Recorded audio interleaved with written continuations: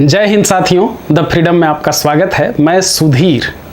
हम लोग अभी चर्चा कर रहे हैं लगातार दिल्ली षड्यंत्र केस के नाम से जो मुकदमा चला था, जिसमें दिल्ली के चांदनी चौक में क्रांतिकारियों ने लॉर्ड हार्डिंग पर, तत्कालीन वायसराय पर बम फेंका था और फिर लाहौर के लॉरेंस गार्डन में भी बम फेंका गया था। दोनों में एक एक व्यक्ति की मृत्यु हुई थी और इस घटना में फिर अलग अलग लोग पकड़े गए।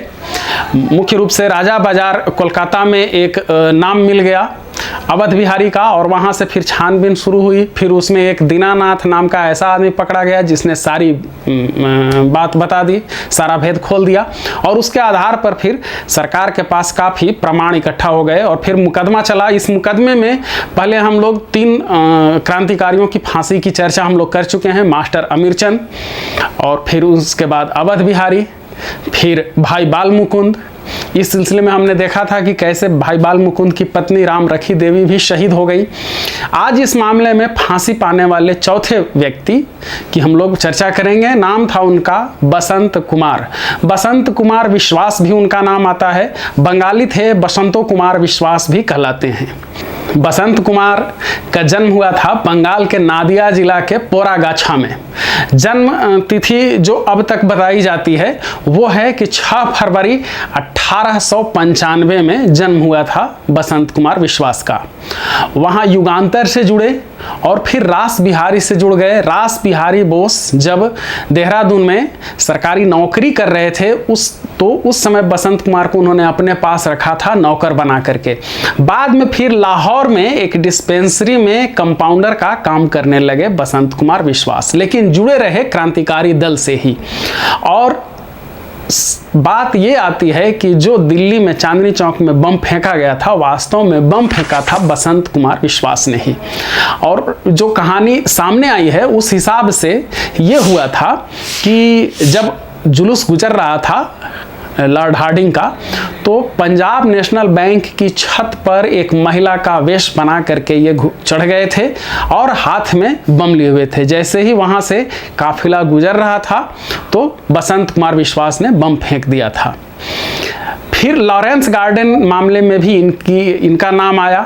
दीनानाथ जो सरकारी गवाह बना था उसने भी कहा कि उस दिन लाहौर में नहीं थे, जिस दिन दिल्ली में बम फेंका गया था उस दिन लाहौर में नहीं थे बसंत कुमार, और जो लॉरेंस गार्डन में भी बम फटा उस बम को रखने वाले बसंत कुमार ही थे। लेकिन इनके खिलाफ शुरू में बहुत अधिक प्रमाण नहीं मिला। परिणाम ये हुआ कि इनको फांसी की सजा निचली अदालत से नहीं मिली थी, लेकिन फिर ब्रिटिश सरकार गई हाई कोर्ट में, और हाई कोर्ट में एक तो कि पंजाब के गवर्नर ओ डायर की सिफारिश थी। पुलिस ने भी पूरा एड़ी चोटी का पसीना एक कर दिया इनको बड़ा दोषी साबित करने में, और फिर इस तरह से हाई कोर्ट से बसंत कुमार विश्वास को भी फांसी की सजा तय कर दी गई, निर्धारित कर दी गई। भगत सिंह ने जब लिखा है बसंत कुमार विश्वास के बारे में तो उन्होंने लिखा है कि जज ने इनकी सजा सुनाते समय इनके फैसले में लिखा था, he looked to me a man of some force of character with none of the familiar marks of weakness in his face. मतलब ये जो आदमी है बसंत कुमार विश्वास, ये मुझे बिल्कुल ही अलग चरित्र का, दृढ़ चरित्र का इंसान लगा और उसके चेहरे पर कभी कोई कमजोरी के निशान नहीं देखे गए।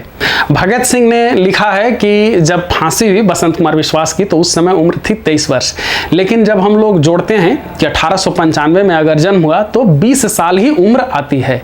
यह भी एक मामला इसमें आया कि अदालत में थोड़ा सा इनको चूंकि कम उम्र के कारण थोड़ी सी रियायत दी जा रही थी, दया दिखाई जा रही थी, तो पुलिस ने इधर उधर से जोड़ तोड़ करके इनकी उम्र 2-3 साल बढ़ा दी।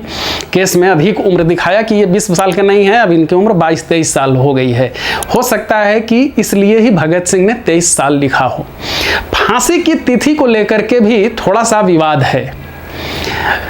आम मान्यता यह है, जो अधिकतर इतिहासकारों का मानना है, कि दिल्ली जेल में इस कांड में, मतलब ये जो दिल्ली और लाहौर में बम फेंके गए थे, बम फटे थे, उस मामले में मास्टर अमीरचंद, अवध बिहारी और भाई बाल मुकुंद को फांसी दी गई थी दिल्ली जेल में। लेकिन इनको यानी बसंत कुमार विश्वास को फांसी दी गई थी अंबाला जेल में, और एक दिन बाद यानी 8 मई को फांसी दी गई थी उन तीनों को, यानी मास्टर अमीरचंद, भाई बाल मुकुंद और अवध बिहारी को, और वहीं 9 मई 1915 को फांसी दी गई थी अंबाला जेल में बसंत कुमार विश्वास को। लेकिन इसमें भी बहुत सारे लोगों का मानना है कि 9 नहीं 11 मई को फांसी दी गई थी, और कुछ लोग तो ये भी कहते हैं कि चारों को फांसी अंबाला जेल में ही दी गई थी। ये बात दरअसल इसमें हुआ ये है कि बहुत सारे प्रमाण अब नष्ट हो गए हैं, कोई पक्का प्रमाण अब मौजूद नहीं है कि फांसी कहाँ दी गई थी। फांसी भी थी 4 लोगों को, ये चारों नाम भी सही हैं, ये सब कुछ है, लेकिन क्या हो रहा है कि अब प्रमाण नहीं मिल रहे हैं। जेल के अधिकारियों का कहना है, दिल्ली जेल और अंबाला जेल के अधिकारियों का, कि 1947 के पहले के दस्तावेज नष्ट हो चुके हैं, हमारे पास कोई ऐसा प्रमाण नहीं है। और इतिहासकार भी अपने अपने हिसाब से बता रहे हैं। दिल्ली सरकार 8 मई को ही उन 3 क्रांतिकारियों को, जिन्हें दिल्ली जेल में फांसी देने की बात कही गई है, यानी मास्टर अमीरचंद, अवध बिहारी और भाई बाल मुकुंद, तो 8 मई को दिल्ली सरकार वहां इनकी शहादत दिवस मनाती है। लेकिन कई ऐसी संस्थाएं भी हैं जो अंबाला में इन चारों का शहादत दिवस मनाती है, ये मान करके कि 11 मई को इनकी फांसी हुई थी और 11 मई को ही मनाती हैं। बहरहाल ये है कि बसंत कुमार विश्वास इस मामले में शहीद होने वाले चौथे भारतीय थे, चौथे क्रांतिकारी जो जिन्हें इस मामले में फांसी की सजा दी गई। हमारे साथ जुड़े रहने के लिए द फ्रीडम को सब्सक्राइब कीजिए। धन्यवाद। जय हिंद। इनकलाब जिंदाबाद।